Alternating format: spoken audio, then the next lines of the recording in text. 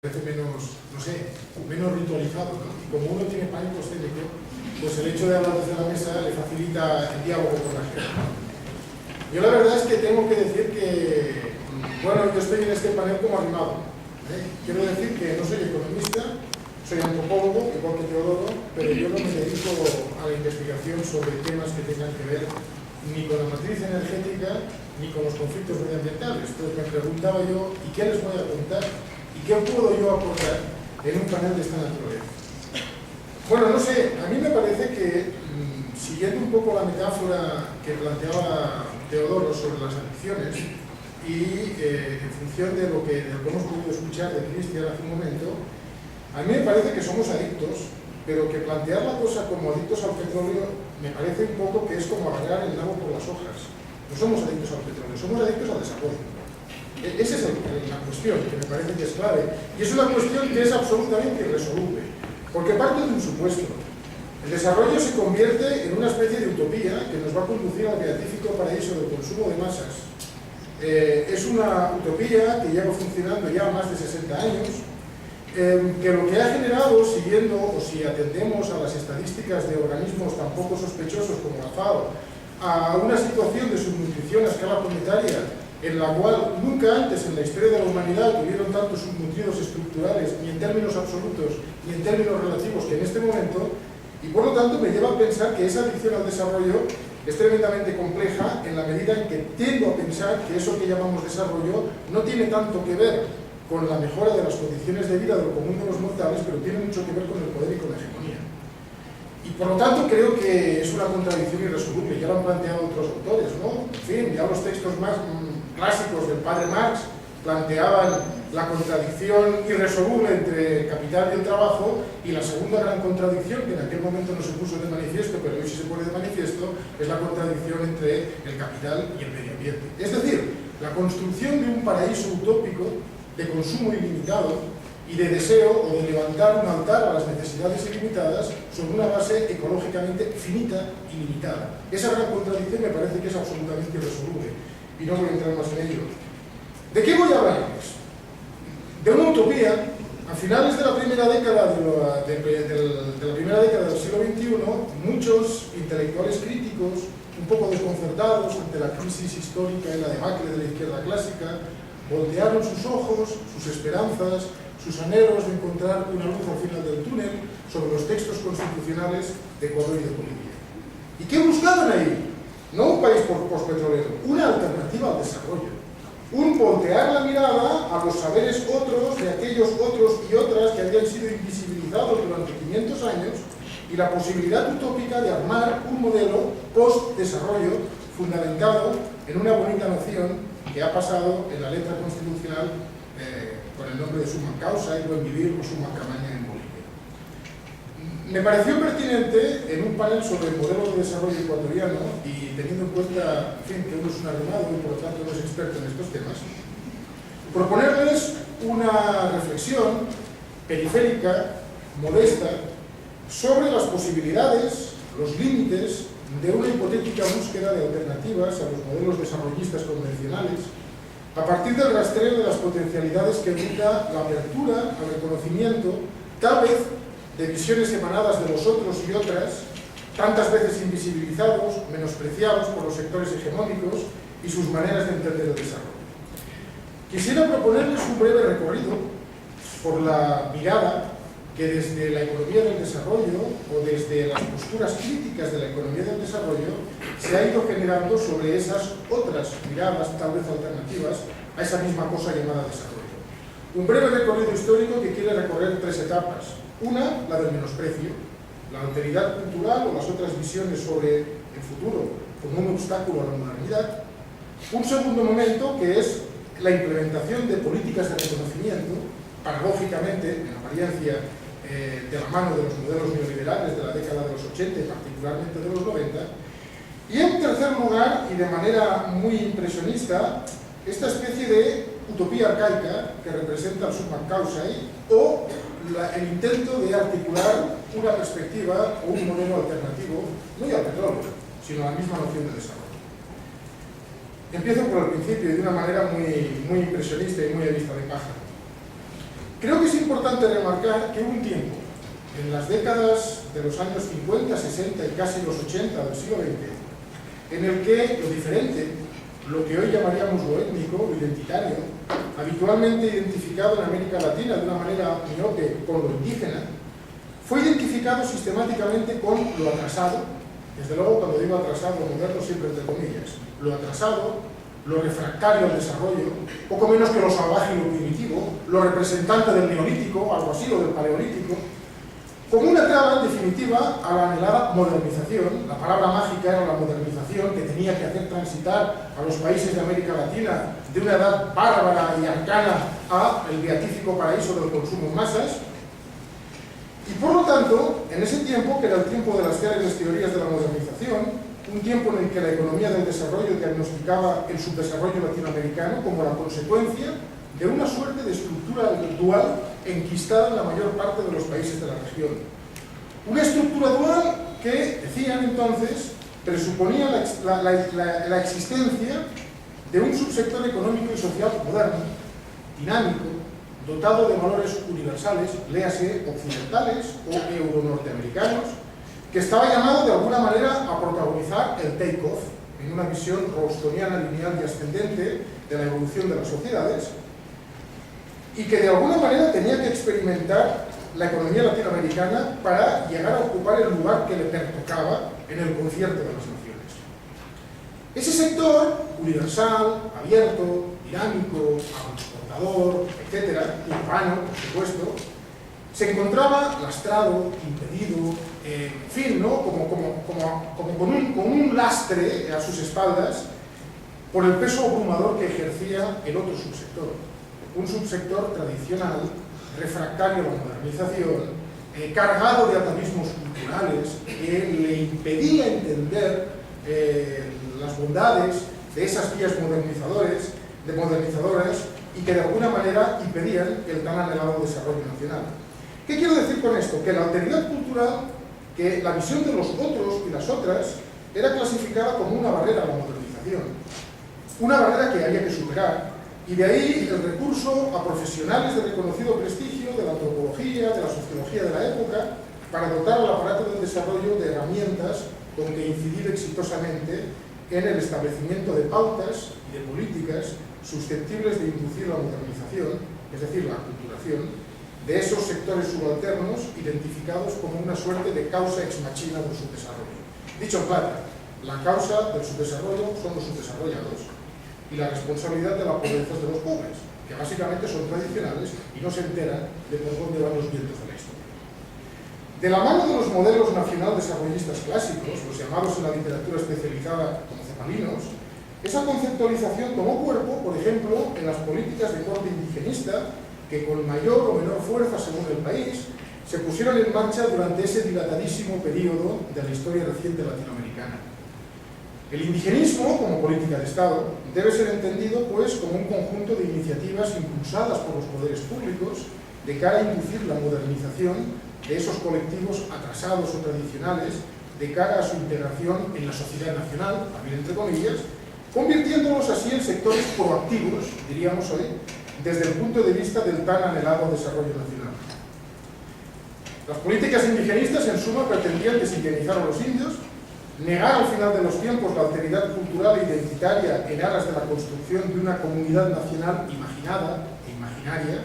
a través de la inversión en toda una gama de insumos que podía ir según el país y según la coyuntura, desde la dotación de tierras hasta la inversión en insumos no convencionales como pueden ser la escolarización, vías de comunicación, centros de asistencia sanitaria, capacitación técnica y profesional según el caso. Por favor, que nadie interprete que uno está en contra de que se invierta en centros de salud y en escuelas. Estoy tratando de cuestionar, digámoslo así, la orientación última de un modelo de desarrollo desde mi punto de vista perverso, en tanto en cuanto pretende invisibilizar la alteridad cultural y condujo al cataclismo económico.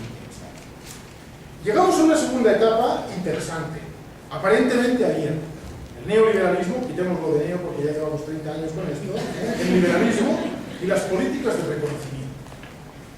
Con el quiebre de ese modelo nacional desarrollista clásico, a inicios de la década de los 80, y con la consolidación del neoliberalismo como un nuevo dogma de fe, en materia de política macroeconómica y particularmente de desarrollo, las cosas cambiaron sustancialmente en este tema que les estoy comentando, derivando la situación hacia un reconocimiento paulatino de la alteridad cultural, incluso como un insumo, y esto es interesante, potencialmente inductor del desarrollo en las áreas marginales. Y ahí está parte del humus que irá conduciendo a esta cosa que denominamos hoy en día suma causa. En ese tránsito creo que es destacable el concurso, la confluencia de todo un conjunto de circunstancias que conviene tener presentes desde una perspectiva analítica. Punto 1. La aparición y el fortalecimiento de plataformas organizativas de corte étnico-identitario que frente a la crisis histórica de la izquierda clásica demostraron, sobre todo de los años 90 en adelante, una extraordinaria capacidad de cara a vehicular la acción colectiva de aquellos sectores sociales más golpeados por los ajustes de alto coste social. Porque hay que decirlo, fueron ajustes de altísimo coste social. Desde los neozapatistas chiapanecos a la CONAIE y los grandes levantamientos del Ecuador del año 90 y 94, pasando por los cocaleros bolivianos, la aparición de las organizaciones panmayas guatemaltecas después de la Guerra Civil o las grandes plataformas amazónicas de ámbito continental.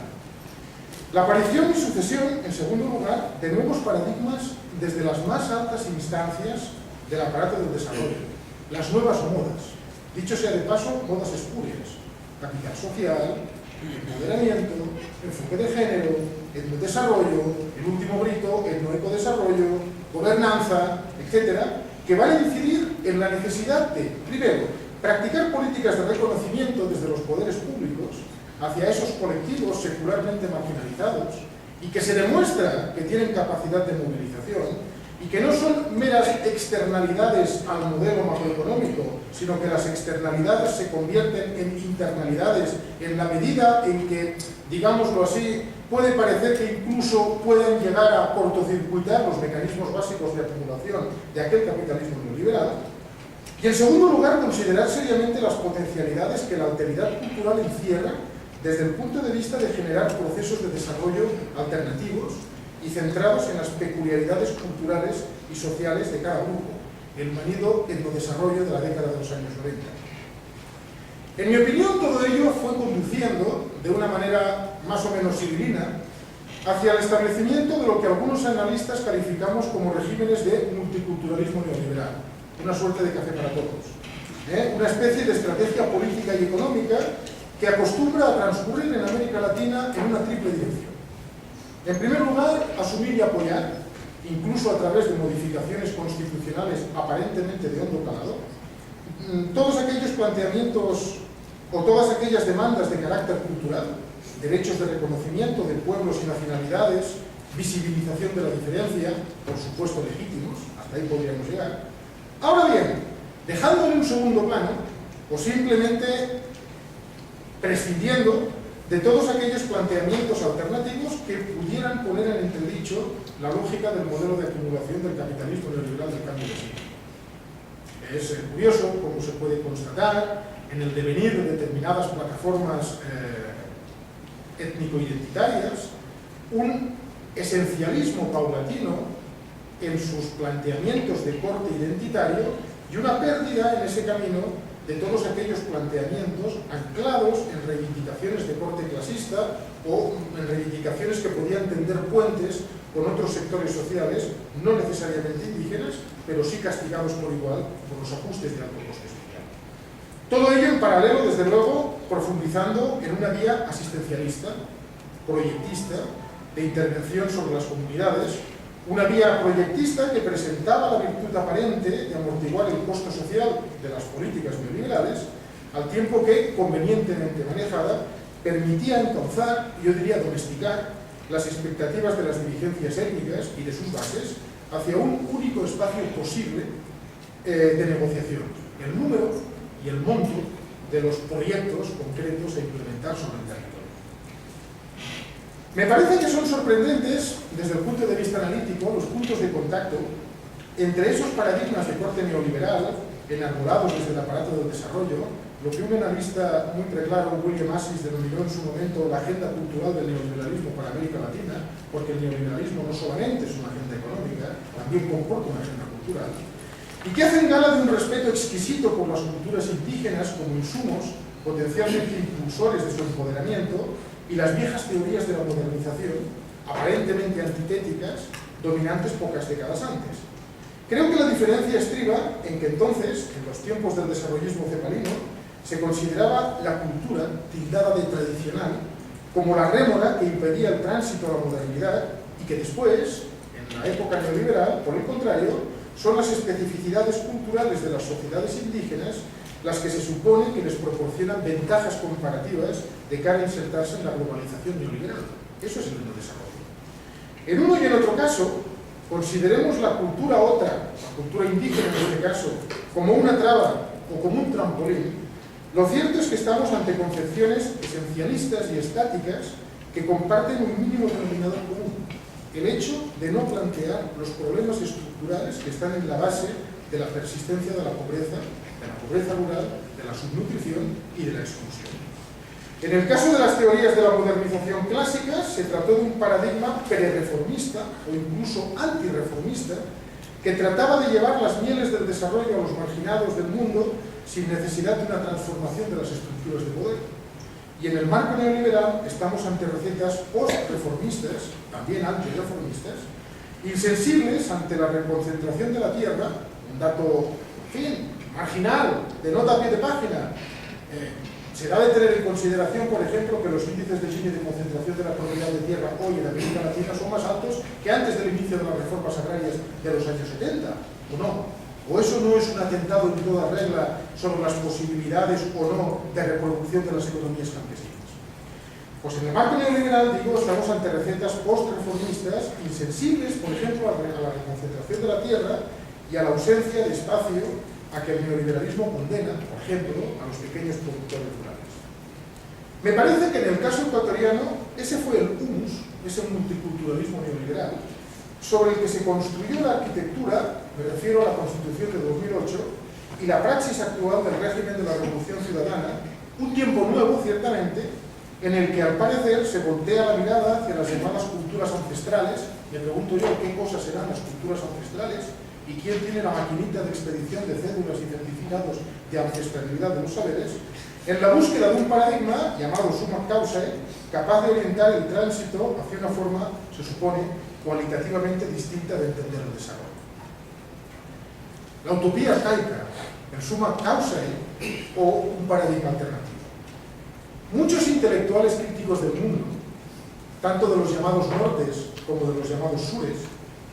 quedaron fascinados ante la puerta que parecía abrirse con el reconocimiento en las constituciones de Ecuador 2008 y Bolivia 2009 del buen vivir, summa causa o summa camaña, una forma alternativa de entender el desarrollo, o una verdadera alternativa al desarrollo, planteaba Arturo Escobar, anclada en los saberes ancestrales y en las cosmovisiones indígenas. El buen vivir, planteaban algunos autores, como vía programática contrapuesta al insostenible, depredador y etnocida American Way of Life, en crisis se mire por donde se mire, del derecho o del revés. Desde otras posturas también críticas, sin embargo, y para nada alineadas con el pensamiento hegemónico, tal noción parece plantear algunos problemas, creo que dignos de tenerse en cuenta de cara a la reflexión. Planteo algunas preguntas para las cuales no tengo respuesta. Si tuviera respuesta, a lo mejor sería asesor de alguna persona importante, o estaría leyendo versiones por ahí, o qué sé yo, estaría por la televisión. Me pregunto, ¿se tratará de una reflexión, se tratará de una tradición inventada? Y aquí la alusión a las reflexiones de Eric Hobsbawm me parecen, en fin, inevitables. Una pregunta pertinente en la medida en que su hipotética respuesta comporta consecuencias epistemológicas y consecuencias políticas remarcables. ¿Por qué algunos antropólogos subrayan el hecho de que más de 50 años de tradición etnográfica en el área andina no hayan dado cuenta nunca jamás de la existencia de tal noción? No digo de las palabras, que obviamente existen en quechua y en aymara, digo de la noción que se le quiere dar a la expresión, entre las comunidades indígeno-campesinas realmente existentes. ¿Es imaginable la pervivencia en el tiempo, me pregunto yo, de una suerte de Tao andino, y la expresión no es mía, es de un antropólogo llamado Andreu Viola, en un contexto de fuerte hibridación cultural, fruto precisamente de la subordinación, la explotación y el expolio de esos colectivos subordinados, racializados como inferiores y sistemáticamente negados por siglos de dominación? ¿Estaremos asistiendo a una suerte de reesencialización de una especie de culturas ancestrales que han parecido, no sabemos cómo, han permanecido al margen de la agresión cultural occidental, como si estuvieran conservadas en naftalinas o metidas en frascos de formol? ¿Es eso imaginario? Si se trata de una tradición inventada, y cabría añadir legítimamente inventada, solo faltaría, ¿quiénes la formularon? ¿Se tratará de un nuevo proceso de ventriloquía política en virtud del cual algunos intelectuales orgánicos hablan en nombre de otros, que continúan silenciados?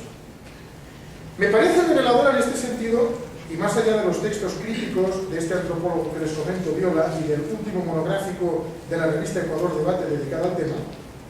la anécdota narrada por un antropólogo británico, Andrew Canessa, sobre la perplejidad de los moradores de una comunidad aymara cerca del lago Titicaca ante las ropas, las vestimentas, los discursos y las prácticas que los nuevos funcionarios de la paz, en nombre precisamente del Summa Camaña, implementan cuando llegan a un acto oficial a la comunidad. Se pregunta él, ¿será que ese discurso del buen vivir está ocultando, tras una nueva identidad originaria naif, las etnicidades realmente existentes sobre el territorio? ¿Quién define lo indígena?